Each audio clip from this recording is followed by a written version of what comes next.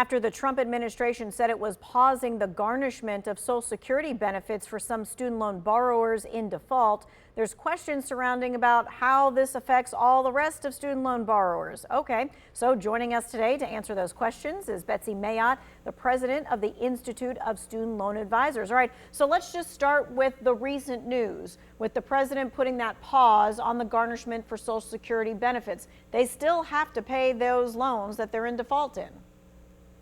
Yes, that's true. And in fact, borrowers with defaulted loans, who are the only ones that were at risk for Social Security garnishment, they should still expect to have their wages garnished and their tax refunds and maybe some other federal payments. Okay, so it's not over for those people who have student loans and they're in default. Now, what's the difference between default and when they're delinquent?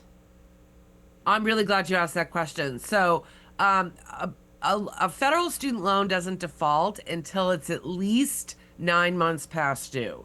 And you'll know if you're in default. If you log into studentaid.gov, if your loan's actually in default and therefore at risk of these garnishments, there'll be a big red default, like danger Will Robinson. There'll be no doubt whether your loan's in default or not. Okay, so if you're in default, you'll know that's the garnishment. But if you're delinquent, what should you do? When do you need to be worried about it? Well, they start reporting to the credit bureaus at 90 days past due. So you really ideally don't want to get to that point. And you should do what you can to resolve the delinquency before you do default or get reported. And that could be making the payments if you can afford to do so, or contacting the loan servicer and talk about things like forbearance or deferment or getting on a lower payment option. And that will not only resolve the delinquency, but ensure that you stay on track going forward. Okay, for those who are just kind of hearing snippets of news here and there, he did not pause payments on any of the student loans. Correct. What they did do is they just announced that they were going to start what we call involuntary collections on defaulted student loans, meaning wage garnishment, tax refund offset, and normally they also garnish Social Security. The recent announcement, they said, we're going to hold off on garnishing Social Security for now. Okay, gotcha. All right. So as we're moving forward, what should people that have a student loan be looking for, especially with legislation that could be passed? Yeah, so what I'm watching really closely right now as something that could potentially have a large impact on not only existing student loans, but future people that are going to be borrowing in the future is budget reconciliation. Now, the House has already passed a bill and there's some pretty big stuff in there, but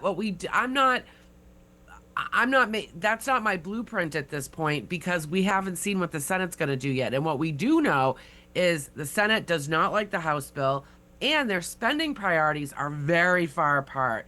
So I do expect that we're not going to necessarily end up with what we're seeing in the House bill. But I'm watching to see what we are going to end up with. Okay, and I know that there's been lots of cuts and there's been lots of layoffs, Department of Education wise. How have you seen that trickle down when it comes to servicing student loans? Yeah, so we definitely have seen an impact for borrowers. You know, a lot of the people that were affected by that reduction in force were IT people. So, you know, I'm seeing some messaging errors or old language or calculation errors on their website. I am seeing they also got rid of a lot of the teams that do oversight of loan servicers and schools. And that has definitely trickled down to borrowers because there are a lot fewer avenues for borrowers that might have disputes or errors on their accounts than what we had prior to the reduction in force.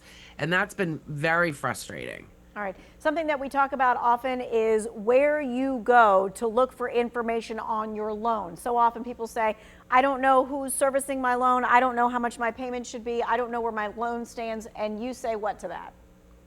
Studentaid.gov. That's the first place to go. Now, that's not where you're going to go to make your payments and so on. They're not your servicer, but they have all the basic information of your loan, your balance, when the loan was taken out, what school it was for, who your servicer is, and how to contact that servicer, and what status you're in. Okay. Anything else that you think we should be having on top of mind when it comes to student loans? There's a negotiated rulemaking coming up at the end of this month that will propose some changes to public service loan forgiveness. We have no idea what that's going to look like right now, and that process is kind of a long process. So it's something else to sort of keep back of mind. All right, we thank you for your time and your expertise and for laying it out there. You still need to pay those student loans. That's something that for sure is happening. If you missed any of this, maybe you need to send it to someone. We're going to put this in the Who Wants to Know section of our website.